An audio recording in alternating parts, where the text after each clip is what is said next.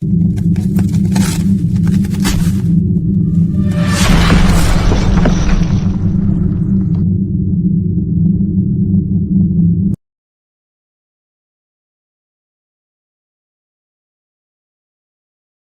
financial system is under attack. The cracks are beginning to show as banks are being bailed out and hard-working people yet again are left to pick up the pieces. This is unacceptable. We were told that after the 2008 financial crash that measures were put in place so that this could not happen again. Personally, I don't want to risk my family's financial future to find out if that's true or not. Are you prepared? Do you have a plan? Can you weather the storm with confidence? Don't be at the back of the line. Act now. Visit goalbusters.co.uk and protect your family today.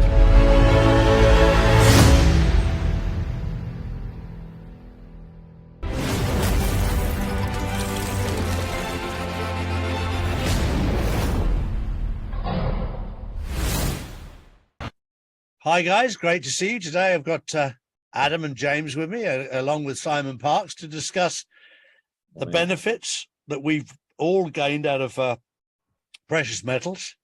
And something very interesting has happened in the last week that has never in history happened before. And that is where currencies have collapsed and the price of gold has not gone up. And there's a reason for this, and it's very, very simple. It's being artificially suppressed. Now, I've said this for some time because I know behind the scenes that this has been happening. Now, for anybody who doesn't believe what I've said, it's being put right in your face.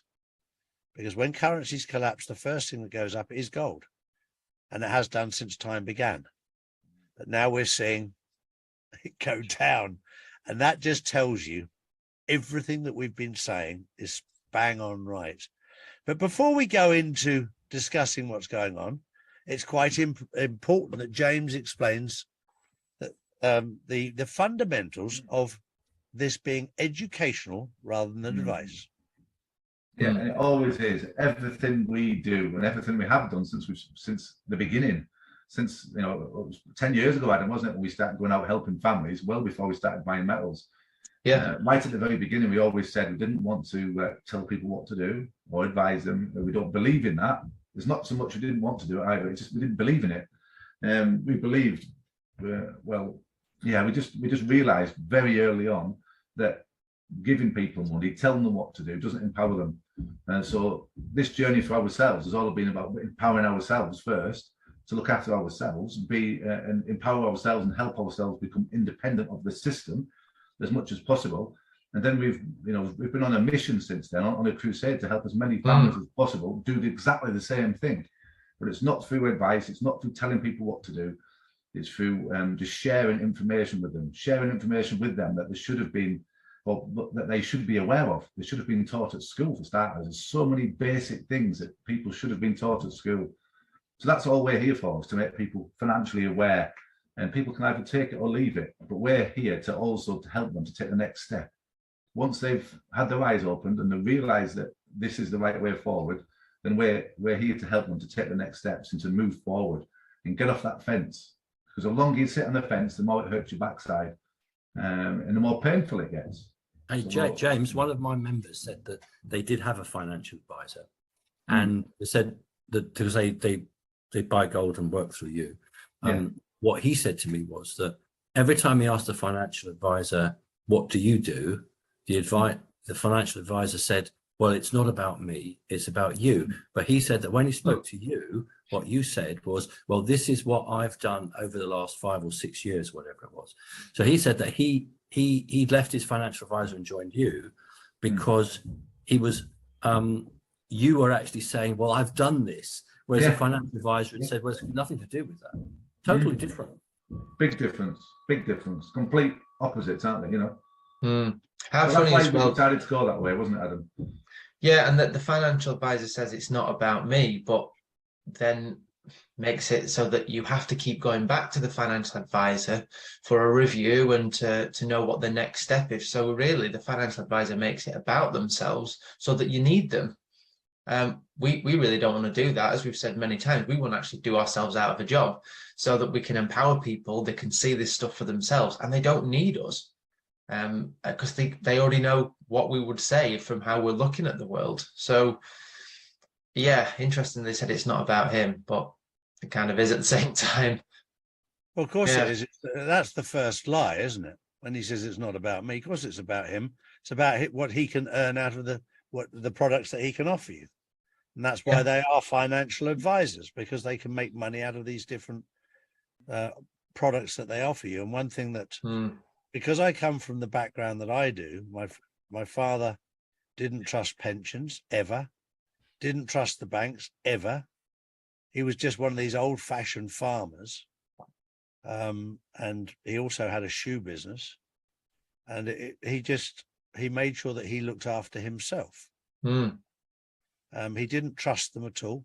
He always told me never ever have a pension, because he said somebody can steal that. He said just make sure you look after yourself. And this was back in the 60s. Look after yourself. And there's been a whole generation now that's been wiped out by brainwashing of mainstream media and television, what have you, that you have to have a pension, you have to have this product, you have to have this, you have to have the other.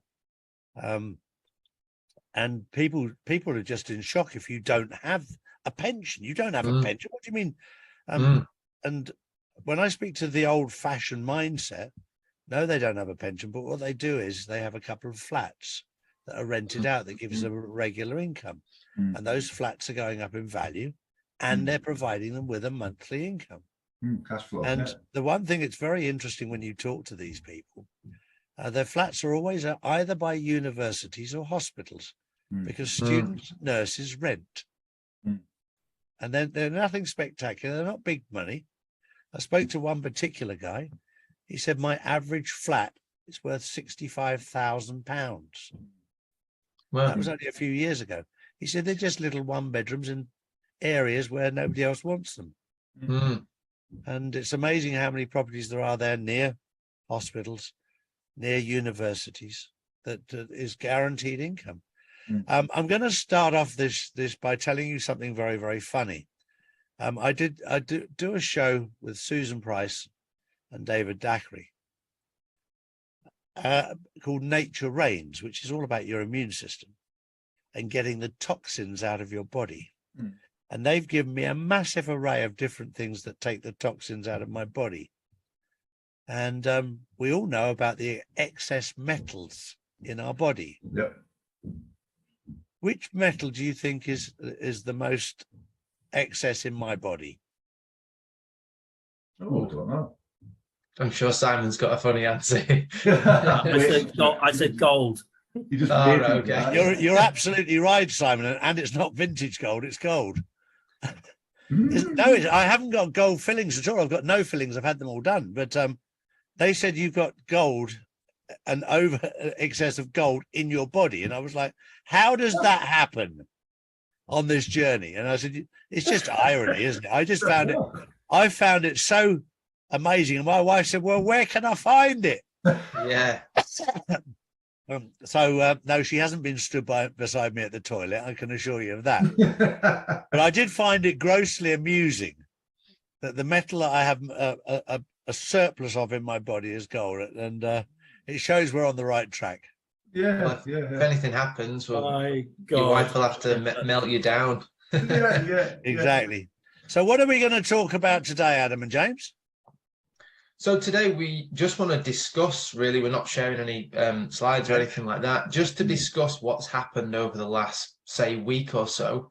Yep. And really put it in simple terms. And just, I think it's really big, and I think it's been brushed over or not been presented in a way that's useful for people, and for people to think beyond what they're being told and think about, well, okay, that's happened, but what does that mean for me in my life?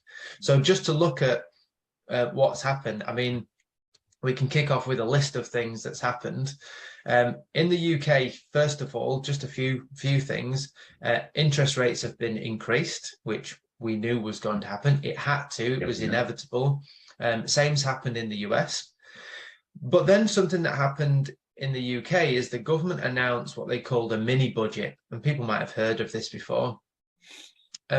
What was intended to be a mini budget was, a major budget. And it was something, some of the tax cuts that were announced were the biggest in 50 years. And what happens when there's big movements like this and big decisions that are made is the markets, financial markets, vote with their money whether they believe what's been said and whether they buy it or not. And financial markets in the UK just said, we don't buy it. We don't buy the promise and the steps that you're taking. And that's when the pound hit its lowest on record against the US dollar. And I think it's really interesting. Me and James were talking before about, and you said as well, Charlie, about the word historic. And there's so many things that are historic that are happening now that, again, even if one of those things was happening, it would be a big deal. But there's actually multiple things, historic things that are happening that people have to take note of. This is going to be a huge change, a really, really big change. I mean, first of all, this mini budget, the government said we're going to cut taxes and we don't have a way of paying for those tax cuts. Well, in anyone's household budget, if you are increasing your borrowing and you don't have a way to pay for it, that's a problem. What's that going to do? Well, they have to print more money. Well, what does that do? That causes more inflation. The word that we've been talking about for a long time that is hurting people in their pockets. The government have just increased inflation. Well, you might say, well, what about these tax cuts though? Surely we're going to benefit from the tax cuts. Maybe. Let's look at it. Because of the tax cuts that have caused more inflation, the Bank of England have said, we have to raise interest rates to counter this inflation. So anyone that's got a mortgage, their payments are going to increase because interest rates have to be put up. So it's worse because of inflation, and it's also worse because your mortgage payments go up. Now, the amount that people's mortgage payments are going up is going to far, far outweigh any tax cuts that they might have received through this budget. So what the government have actually done is made it worse. They've made it worse for everyday hard-working people. And it would have been better if they'd have just not done anything, because it's caused more inflation, more interest rates, and people's biggest purchase, which is their property, their house, their home, is now going to cost them more each month. And I just think it's really sad that the government can do this and be so hard-faced about it when they've just made what is a difficult time for people even more difficult. I totally agree with you. And I was talking to Simon before you came on air. At the moment, we're seeing the Bank of England in self-destruct mode. We're seeing the British government in self-destruct mode. Yeah, yeah. And I said over a year ago that the government of the United Kingdom would collapse. Doesn't matter which side of the house, will collapse to make way for a Nasara government, which will be coming in next year. We'll see that come in. But I didn't know how they were going to collapse the British government. They're doing it all by themselves. Yeah. The Bank of England need to make way also, because the Bank of England's days are over. And we will have a new gold bullion exchange bank in its place. But I didn't know how it was going to replace it. Mm. Now I can see very clearly that they are in self-destruct mode. Mm. The Bank of England are basically committing suicide in front of our very eyes. And so is the government. And I never dreamt that they would do this. I didn't know how they were going to bring in the Nasara government. I didn't know how they were going to bring in the gold bullion exchange bank. But now I can see very clearly that the Bank of England will collapse themselves. So the Federal Reserve have already done it. Mm. They've already collapsed. And That way, yeah. the Biden residency collapsed when he fell off the bike. I mean, probably way before that. We're just seeing everything being collapsed right now. So when people in front of us say, I can't see anything happen, it's because you're sat in front of a television. If you do some proper research into the banking system and the governance system of the world, rather than depending on the BBC and ITV and Channel 4 and Sky News and CNN and then MSNBC, etc., you'll never see anything, because all you'll see is propaganda. One of the things that struck me, which is almost like kamikaze, was that just on the bell for the closing of the stock exchange on Friday, the British Chancellor said about tax cuts, and there's more to come. And literally the bell on the stock exchange went, so they couldn't put it through. And then the following trading day, which is the Monday, it absolutely fell apart. These people are opening their mouth and they're destroying the livelihoods of ordinary people just with a few sentences. This has been our whole journey. This has been our whole journey. Do not put your trust and faith in the banks, the government, or anything like this. Be responsible for your own destiny. And that's what all four of us have agreed on, is we need to take responsibility, so that there's a very, very simple way to do it. If you can say to me, Charlie, if there was no money, no food, no water, no electricity, I could survive for a month. Then forget about a year. If you can survive for a month, you've got your house in order. So that if something came along untoward, you could look after you and your family for 1 month, 30 days. Then you're in a starting place. And I'll tell you what, once you've got yourself into that area of looking after you and your family for a month, you will want to extend that. It's a nice feeling, Charlie, being in that position. You feel a lot safer, don't you? A lot more protected. You just feel like, whatever happens, at least we've got this set up. That's what we're trying to encourage people to do. And that's what we spoke a lot about, Adam, isn't it?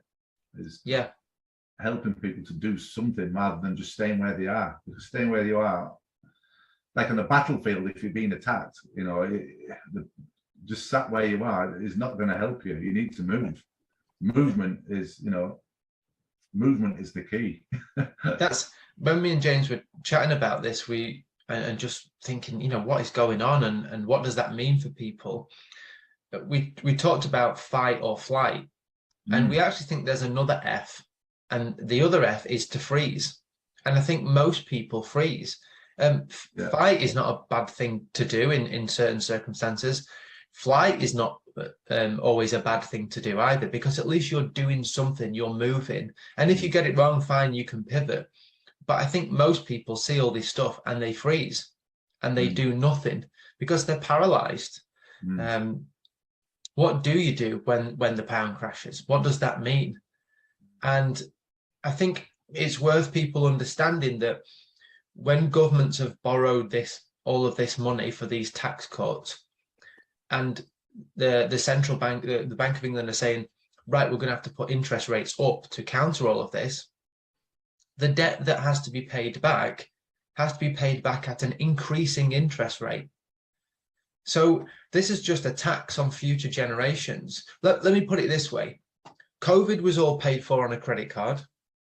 We've paid off that credit card now with a payday loan, and the terms are far worse. Imagine that for your own household, what that would mean. Put immense financial pressure, and it would mean that you can't keep living the life you're living, the lifestyle. Things have to change. Same, but on a huge scale. These decisions were so bad that the IMF, which is the International Monetary Fund, this is like the bank of banks, when bank of central banks. So when central banks are struggling, the IMF come in and help countries out. They gave a warning to the UK government and said, this is not a good decision. This is not something that we approve of, and it is not something that is good for people. And the UK is a G7 country. It's a country, fifth or sixth economy in the world. This is not normal. This is a historic thing that such a usually a stable country, a stable economy is being told, this is not good what you're doing. And this is why we think people need to take note, because it's coming from people, from organizations that are pack a big punch. And if they're saying it, then we should probably just take note. It's really tough. There's one thing with the governments in every country at the moment, every country, because of the fact that the deep state and the cabal have put their puppets in place. Let's get real about what they are. The British government is full of Etonian puppets who haven't got a clue about the real world. Not a clue, not a shred of common sense. And I liken this very much to my wife, who's a gymnast. And she's very, very good because she's been a gymnast she was a gymnast for 10 years internationally. She was in the top circus in the world for 10 years. And now she's a coach. So she's a gymnast. Now, I'm Charlie. Most people know me. If you surrounded me with 1,000 gymnasts, they would never make Charlie Ward an international gymnast. And the government right now are saying, yes, we've got our friend here, who's the finance minister. Not a clue what he's doing, but he's surrounded by good people. Ain't going to work. And I'll give you an example of what they do in Singapore, which I like. Singapore, it does help if your surname is Lee. Does help. I'll give you that. Because it's a Lee family mafia business, if you like. But they will tell their family, we want you to become the finance director of the country, the finance minister. But to become the finance minister, you have to be a financial director of a Singaporean company for 10 years and run it successfully. And when you've done that for 10 years, you've run a company successfully as a financial director successfully, then you can apply for the finance minister's job. You don't have to work in politics. We will do that part of it when you've proved that you can do the practical side. Yeah. And then they make them a minister, but this person knows the practical side as well as the theoretical side. Yeah. And this is why Singapore doesn't go into recession, because it's run by people who know what they're doing. Yeah. At the moment, we're seeing the United Kingdom run by a bunch of monkeys. Excuse my language, but that's being polite, Charlie, isn't it? Yeah, that's being very polite. These people have come out of Eton. They're all friends. They're all looking after each other. They're all career politicians. Yeah. Who couldn't put an ounce of common sense together. Not an ounce. They are just politicians. Doesn't matter who they are, because they're puppets and they're controlled by people above. They're completely controlled. They haven't got a clue what they're doing. They're just puppets. You might as well go and see a Punch and Judy show right now. It's like Hunter Biden hadn't got a clue about business. It's their whole philosophy about putting people in who are just literally there to take the paycheck and pass the money across. Zelensky's the same. His father, Joe Biden's the same. As long as they do the call. They're all the same. They're all the same worldwide. And Donald Trump, when he got into office, decided he was going to out them. He didn't realize that they've infiltrated not just America, but every country in the world. This is all down to George Soros and Klaus Schwab and his motley crew. And they're now being exposed for what they really are. They're a Nazi group of control freaks. And they're being exposed. But the most important thing on this journey is not to sit there and bitch and moan about how terrible the world is. The most important thing is to take control of your world. Absolutely. Sure you and your family are safe. And because right now I'd be very nervous having money in the bank. This is why I'm quite happy to spend it in my house right now. I don't want cash in a bank. Yeah. No. Most of it's in metals anyway, but I just don't want it in a bank. I wouldn't. And we're not saying this. We're not salesmen, as people can tell. We're not salesmen. We're not here to try and sell people anything.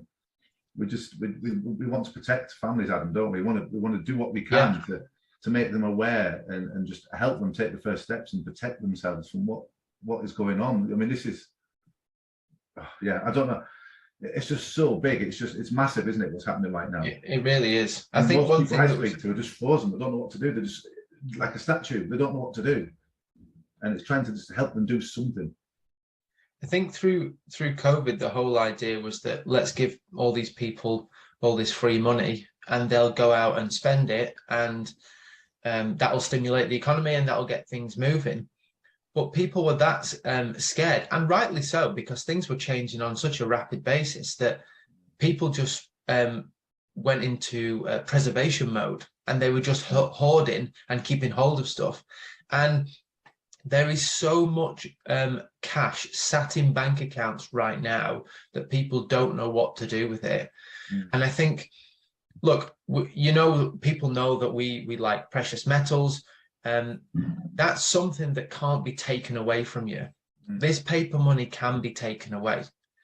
And when the Bank of England jumped in to save the pound, it was because a lot of pension funds, big financial institutions, because they all borrow to each other and they're so interconnected, there was a risk that they were going to become insolvent in a matter of days.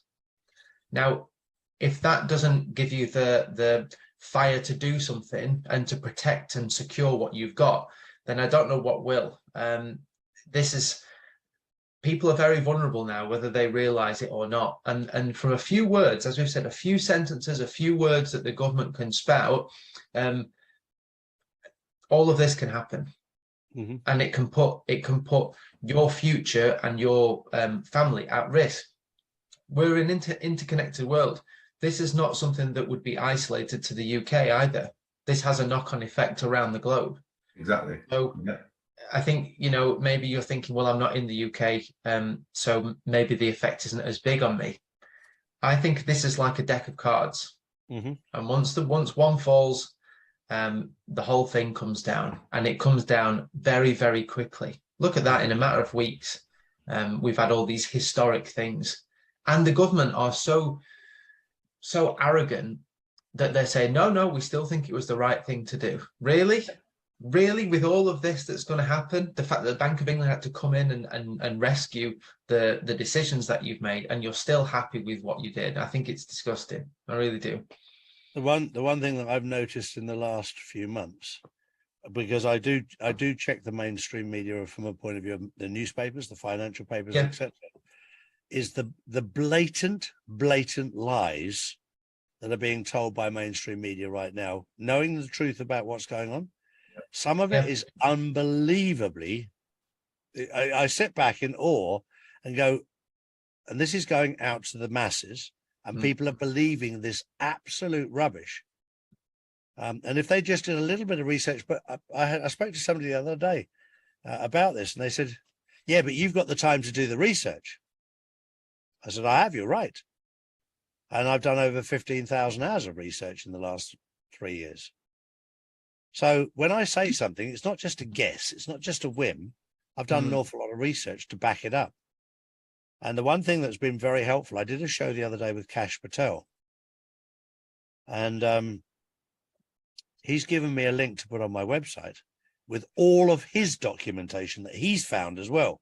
So for our audiences, we've got all the documentation of the truth rather than the lies that we're being fed. And a lot of people are saying, where can I find this? Where can I find this? Well, when we come together with people like Kash, who's done, it's called fightwithcash.com is his website. We've got the link on our website, fightwithcash.com, to find out all this information, all the documentations that we're being lied to about. We can find this intel now. So if you haven't got the time, you can just click on there and go through the paperwork that you want to find to verify that what we're saying is accurate. Yeah, I think for people as well is this is big enough that, if there's with your list of priorities in your life, there's some things that you make time for. And I think this is one of those things that some other things need to maybe bump down the list. And when we've seen the impact that this is going to have, I think we'd make time for it.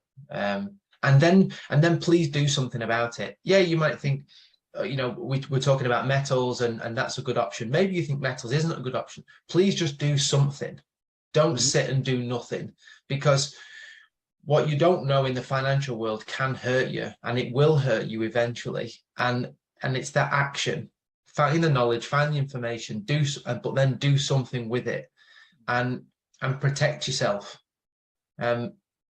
Yeah, I don't know how else we can kind of say it, but this stuff that we've seen, it's only the beginning.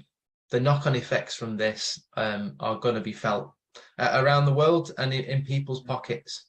Sure. Adam, I just wanted to say that when I compare this with other financial issues Britain's had, to my knowledge, and Charlie will be able to back me on this, this is the first time that the government have worked against the bank.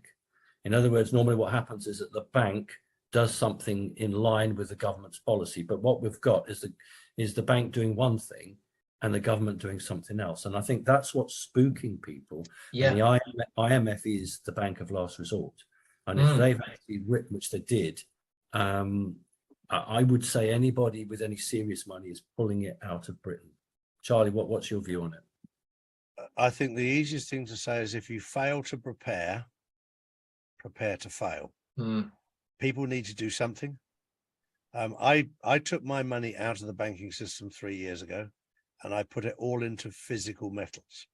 And we're now 3 years on, and I am 28% better off than I was 3 years ago if I just left it. And you own it and control it. And I say 28%, that's not strictly true, because I haven't taken into consideration that if I'd left my money in the bank, I would have had fees and everything else. So it's probably well over 30% when you take everything into consideration. That's 10% a year. And if you're retired, you can, if you've got a reasonable amount of money, you can live on 10% a year without touching your asset. Yeah. Just talking about pensions for a second. That's the biggest thing, Adam, isn't it? That's the biggest fear, I think, for most. Yeah. And people, like we've said before, if you're in the US, you can actually move your pension, what we would call a pension, people in the US call it a retirement account, 401ks, IRAs, into metals. It is possible. And that's something we can help people with if they want to do that. I think what you said, Simon, about the government and the Bank of England being that they're not united on their decisions. At odds with each other. At odds, yeah, exactly. Big point. That the Bank of England say, we're impartial and we're independent and we do what we do and we don't comment on all this kind of stuff. And they try and stay back from having an opinion. But in that case, don't watch their lips, watch the way their feet move. And the fact that the government did one thing and the Bank of England said, initially, they said, we're not going to do anything until, we'll review it and we'll make some actions at the beginning of November. And then all of a sudden from nowhere, when we need to step in here and we need to do something. The fact that they've had to do something, they couldn't sit on their hands, means that they're at odds. Otherwise, they'd have been all for it. And yeah, let's all pull in the same direction. I really, really, really hope that we're wrong. I really do. And nothing would give me more pleasure than coming on here in 6 months' time, doing a video and saying, do you know what, guys, we got it totally wrong. And it's all, look how everything's turned out. It's really good. I just can't see it. I really can't see it. I want to, but I just can't see it with things that are going on and the decisions that are being made. Like you said with Singapore, yeah, for someone to be the finance director, from what you're saying, they have to be basically qualified for the job, which Correct. Makes total sense. And in any other area of life, you have to be qualified for the job with experience, with a track record. In politics, it just feels like as long as you're a good mouthpiece and, you can say the right things and meet the right people, it doesn't matter about your experience necessarily. No, you're bang on right. It Do as doesn't. you're told, yeah. As long as you do as you're told and you sound authentic in front of a camera, you've got the job. And it helps if you went to the same school because you were my mate. But the people in charge in the UK at the moment haven't got a clue. And it's becoming more. It's not just the UK; it's worldwide. And Sure. now we've seen what happened in Italy. We're seeing governments now change. Yeah. And the trouble is when the governments change from the people that can have their strings pulled, suddenly the media comes out and goes, "Oh, this is an extreme right person. This is evil." Yeah. No, it's not. Just do your research into who these people really are. If you go against the left-wing narrative right now, you're called a domestic terrorist. Put you in that box, don't they? They put you in that box. And, you know, I was only just coming to terms with the fact I was a conspiracy theorist. They've upgraded that now to domestic terrorist. They promote it, don't they? These people are sick. Yeah, I wish they'd just do something to help, genuinely help everyday people. And when they get it wrong, just to say, look, we got it wrong, but let's put it right. There's nothing more refreshing than someone doing that. And exactly. It carries so much power. My father told me as a young child that if you do something wrong and you say you're sorry, it takes the wind out of everybody's sails. And I know that from experience, that when you caught doing something that you shouldn't do or what have you, and they catch you, and if you try and make excuses, number one, you look an idiot, which is what the governments are doing right now. They're looking idiots. Whereas if they said, you know what, we got it wrong, I'm sorry. They gain so much more respect, but they're so arrogant, and their puppet masters are so arrogant, they let them hang themselves. Run up all this debt, then they're out of office and they're not bothered who pays for it. Exactly. Well, guys, thank you very much. That was incredibly informative. It was a good one, that one. Good. It was. It's very, very constructive. And what we try and do is encourage everybody to take responsibility for themselves and their family. And as a man, we're 4 men here. There's nothing more fulfilling than to be responsible for your wife and children. Yeah, exactly. And please just get in touch. You know, if you're not sure, just get in touch, ask the questions, and try and, you know, just please do something. That's all we want people to do, is just do something. Do please something. Don't just stay where you are, because you're going to get taken out. You're going to get taken out. Brilliant. Thank you very much, guys. Charlie. Thank you. Speak soon. Cheers. Take care, everyone.